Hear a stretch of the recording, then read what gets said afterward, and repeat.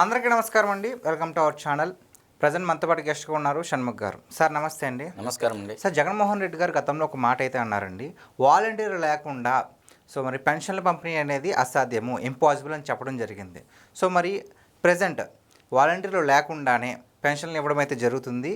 పైగా సంవత్సరానికి మన ఆంధ్రప్రదేశ్ రాష్ట్రానికి 1200 కోట్ల రూపాయలు మిగిల్చుతున్నారు ఈ వాలంటీర్లకు ఇచ్చే జీతం వల్ల. దానికి మీరేమంటారు? ఖచ్చితంగా అండి.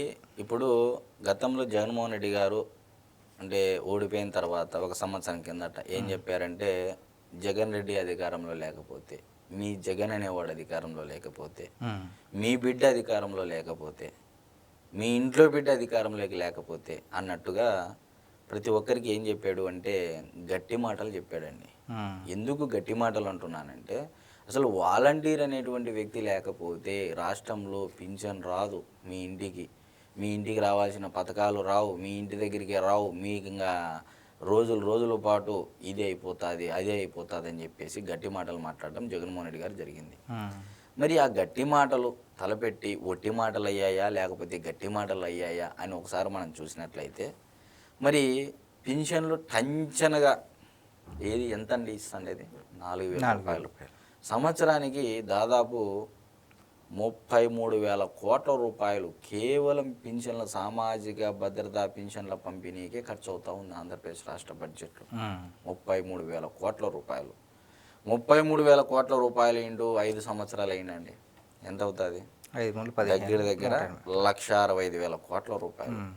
అంటే జగన్మోహన్ రెడ్డి గారు 5 ఏళ్లలో డీబీటీ ద్వారా, డైరెక్ట్ బెనిఫిషియరీ ట్రాన్స్ఫర్ ద్వారా నేరుగా ప్రజల ఖాతాల్లోకి వేసినటువంటి సొమ్ము ఎంత అని జగన్మోహన్ రెడ్డి గారి మాటల్లోనే 2,70,000 కోట్ల రూపాయలు చెప్పడం జరిగింది. మరి ఒక్క సామాజిక భద్రతా పింఛన్ల పంపిణీకే 1,67,000 కోట్ల రూపాయలు చంద్రబాబు నాయుడు గారు ఇస్తూ ఉన్నారు. మరి ఇప్పుడు జగన్మోహన్ రెడ్డి గారు నవరత్నాలు అన్నారు. ఆటో వాడికి డబ్బులనే, పని చేసేవాడికి డబ్బులనే, అదనే ఇదనే నవరత్నాలనే అదేదో భగవద్గీత, ఖురాన్, బైబిల్ అన్నట్టుగా వైఎస్ఆర్సీపీ పార్టీకి నవరత్నాలు అనేది ఒక గ్రంథంలాగా, అది ఒక ఎజెండా లాగా, ఒక భగవద్గీత, ఒక బైబిల్, ఖురాన్ అన్నారు. సంతోషం, అంతవరకు బాగానే ఉంది స్టేట్మెంట్ల వరకు. మరి నిజంగా ప్రజలు ఆ భగవద్గీతను, ఆ ఖురాన్ను, ఆ బైబిల్ను నమ్మి ఉండింటే 2024 ఎలక్షన్లో ఎందుకు మీ బిడ్డను, ఈ జగన్ బిడ్డను ఎందుకు ప్రజలు ఆశీర్వదించలేదు? ప్రజలు ఆశీర్వదించలేదు, దేవుడు దయదలచలేదు. ఎందుకు దయదలచలేదు? వికృత చేష్టలు.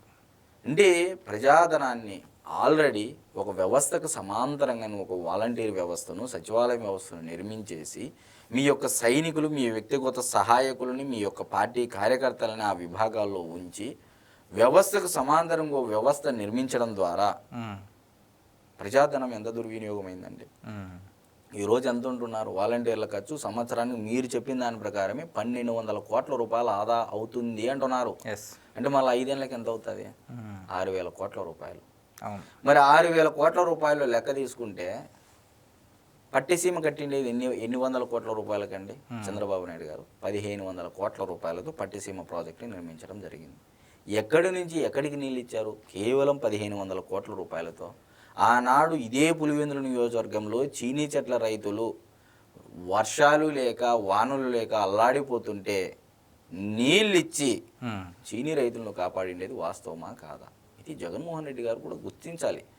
ప్రతిదీ రాజకీయం చేయాలి, ప్రతిదీ ఇది చేయాలి అనుకుంటే ప్రజలు కూడా నిశ్చితంగా గమనిస్తూ ఉంటారు. మరి మీరు గోడలకు వేసినటువంటి టిట్కో ఇళ్ళ రంగులు ఎంత అండి? తీసినటువంటి ఖర్చు ఎంత అండి?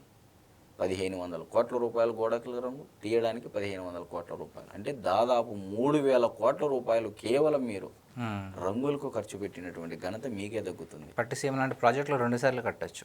మరి నిజంగా రాయలసీమ ముద్దుబిడ్డ మన జగన్ అన్న అని చెప్పేసి ఇదే మంగ్లీ సింగరు పాట పాడింది. మరి ఆమెను అడగాలి కదా, రాయలసీమ ముద్దుబిడ్డ మన జగన్ అన్న అని నేను పాట పాడి తిని, మరి కనీసం రాయలసీమకు నీళ్ళిచ్చేటువంటి ప్రాజెక్టు, వెలిగొండ లాంటి ప్రాజెక్టు కనీసం ఎందుకు జాతికం అంకితం చేయలేకపోయినాము? ఎందుకు కేవలం పోస్టులకి, ట్విట్టర్లకి పరిమితం అయ్యాము? మరి నిజంగా వెలిగొండ ప్రాజెక్టు పూర్తి చేసి ఉంటే కూటమి ప్రభుత్వం ఎందుకు 359 కోట్ల రూపాయలు కేటాయించింది? మరి దీనికి సమాధానం చెప్పాలి కదా. అంటే కేవలం జగన్మోహన్ రెడ్డి గారు తన యొక్క వ్యక్తిగత విలాసాల కోసము అధికారంలోకి రావడం జరిగింది.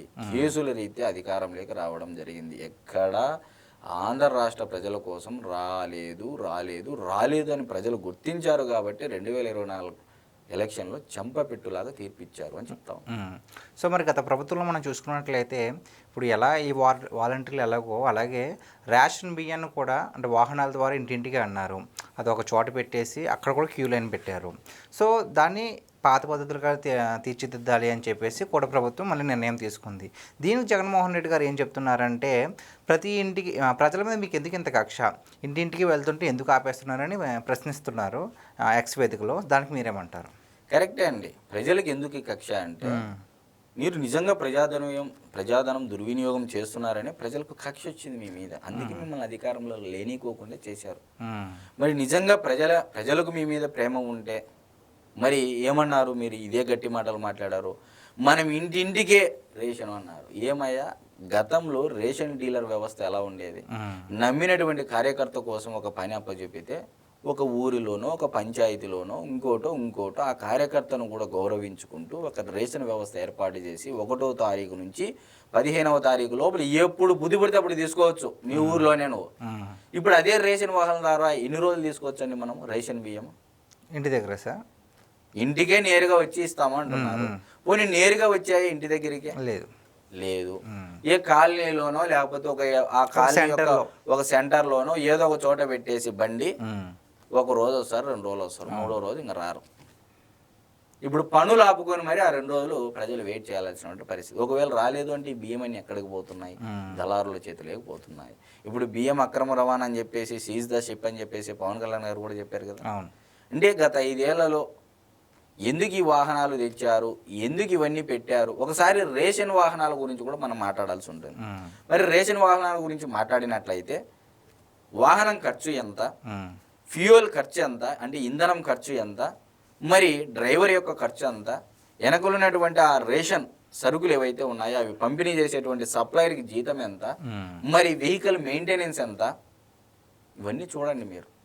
అంటే ఈ వ్యవస్థకు పెట్టేటువంటి డబ్బులు అదే రేషన్ సరుకు పంపిణీలో ఐటమ్స్ పెంచి ప్రజలకు తక్కువ ధరకి నువ్వు నాణ్యమైనటువంటి వస్తువులు అందించినట్లయితే ప్రజలు ఒప్పుకోరా?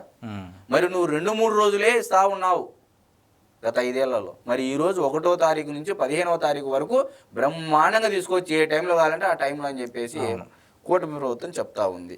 మరి ఒక్కసారి రేషన్ పంపిణీలో ఏ జిల్లాలు గత 3 నెలల వారీగా చూసుకున్నట్లయితే మనము ఏది April, May, June up to 10 PM అండి, నైట్ రాత్రి 10 వరకు తీసుకున్నటువంటి సంఖ్య ఇది స్టాటిస్టిక్స్. ఇది నేను చెప్పేటువంటి సొంత మాటలు కాదు, ప్రభుత్వ గణాంకాలు, ప్రభుత్వ అధికారులు ఇచ్చినటువంటి డేటా ప్రకారమే నేను మాట్లాడుతూ ఉన్నాను.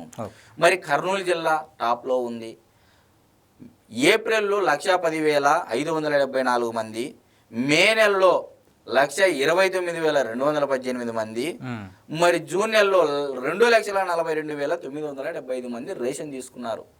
థంబ్ ప్రింట్ అయితే వేస్తారుగా, దాని డేటా ఆధారంగానే కదా తీసుకునేది. మరి సరే ఇదంతా వద్దు, కర్నూలు, అనంతపూరు, ప్రకాశం, చిత్తూరు, రాయలసీమ జిల్లాల్లో 3 జిల్లాలు టాప్ ప్లేస్లో ఉన్నాయి. మరి రాయలసీమ ముద్దుబిడ్డ మన జగనన్న నిజంగా గత 5 ఏళ్లలో బంగారు పరిపాలన అందించి ఉంటే ఎందుకు రాయలసీమ జిల్లాలు ముందు ఉన్నాయి? నేటికి రేషన్ బియ్యం కోసం ఎందుకు ఎగబడతా ఉన్నారు? నీళ్లు లేక, నిధులు లేక, నియామకాలు లేక అల్లాడినటువంటి పరిస్థితి రాయలసీమలో. మరి ఒకసారి మరి సొంత జిల్లా జగన్మోహన్ రెడ్డి గారి సొంత జిల్లా వైఎస్ఆర్ కడప గురించి మనం మాట్లాడుకున్నట్లయితే ఏప్రిల్ నెలలో 1,04,080 మంది తీసుకున్నారండి. మరి మే నెలలో 1,06,231 మంది తీసుకున్నారు. జూన్ నెలలో 1,84,288 మంది తీసుకున్నారు. అంటే నెలకు పెరుగుతా పోతా ఉంది. మరి అన్ని జిల్లాలు కలిపితే 26 జిల్లాలు కలిపి మొత్తము 40,11,917 మంది జూన్ నెలకు గాను రేషన్ పంపిణీ జరిగింది. మరి ఆంధ్ర రాష్ట్రంలో 1 కోటి కుటుంబాలు ఉన్నాయని చెప్పేసి గతంలో చాలా మంది మాట్లాడడం జరిగింది. 40,11,917 మంది అంటే సగానికి సగం కుటుంబాలు రేషన్ తీసుకున్నాయా లేదా? మరి ఏం చెప్తారు ఇప్పుడు జగన్మోహన్ రెడ్డి గారు సమాధానం? మరి ఏప్రిల్ నెలలో చూసుకున్నట్లయితే 25,10,789 మంది. మరి మే నెలకు చూసుకుంటే 25,18,506 మంది. అంటే నెలకు సంఖ్య పెరుగుతూ ఉంది. ఈ 26 జిల్లాలకు గాను మరి ఏ విధంగా పెరుగుతూ ఉంది? నిజంగా వాలంటీర్లు లేకపోతే పింఛన్ ఇవ్వరు, లేకపోతే సచివాలయం వ్యవస్థ, వాలంటీర్ వ్యవస్థ లేకపోతే, మీ రేషన్ వ్యవస్థ అంటే ఈ రేషన్ వాహనాల వ్యవస్థ లేకపోతే ప్రజలను సోమరి చేయడమే ఇది అనేది నేను ఖచ్చితంగా చెప్తా. నిజంగా ఈరోజు నాకు ఖాళీ ఉంది, ఈరోజు వెళ్ళి నేను రేషన్ తీసుకుంటా. నాకు ఈరోజు పని దొరకలే, నేను ఈరోజు వెళ్ళి రేషన్ తీసుకొచ్చుకుంటా. అంటే నెలలో 15 రోజులు కేవలం అంటే కేటాయిస్తున్నారు. అంటే ప్రజల యొక్క ఆలోచన దృష్ట్యా, ప్రజల బాగోగుల దృష్ట్యా, ఒక్కో రోజు ఒక మనిషికి ఒక పని ఉంటుంది, ఇంకో రోజు పని ఉండదు. ఇప్పుడు మీరేం చేసినారు గత 5 ఏళ్లలో? ఫస్ట్ 2 రోజుల్లో మీరు రేషన్ ఇస్తున్నారు, 3వ రోజు రారు. ఇంకా మీరు ఇంటికే ఒకవేళ ఇచ్చినప్పటికీ సెంటర్లో పెట్టి ఒక కాలనీలో మూలం పెట్టి ఇచ్చినప్పటికీ నిజంగా ప్రజలకు అందాయా గత 5 ఏళ్లలో? ఒక్క బియ్యము తప్ప ఏదైనా సరుకు రవాణా అయిందే గత 5 ఏళ్లలో? మరి నేను అదే అంటున్నా, అదే వాహనాలకు సంబంధించిన కాస్ట్ కానీ ఇవన్నీ కానీ మీరు బెల్లము, కందిపప్పు, శనగబ్యాళ్ళు ఇన్ని సరుకులు మీరు సరఫరా చేసి ఉండకూడదు గత 5 ఏళ్లలో. సో ఉద్దేశపూర్వకంగా జగన్మోహన్ రెడ్డి గారి యొక్క పరిపాలన ప్రజలలోకి, అంటే ఆయన చేసినటువంటి దుష్పరిపాలన ప్రజలలోకి రానివ్వకోకుండా డైవర్షన్ పాలిటిక్స్లో భాగంగా ఏదో బురద జల్లే ప్రయత్నము తప్ప ఎక్కడ జగన్మోహన్ రెడ్డి గారు చేసినటువంటి ట్వీట్లో వాస్తవం లేదు అని అయితే చెప్పచ్చు. థ్యాంక్స్. నమస్తే.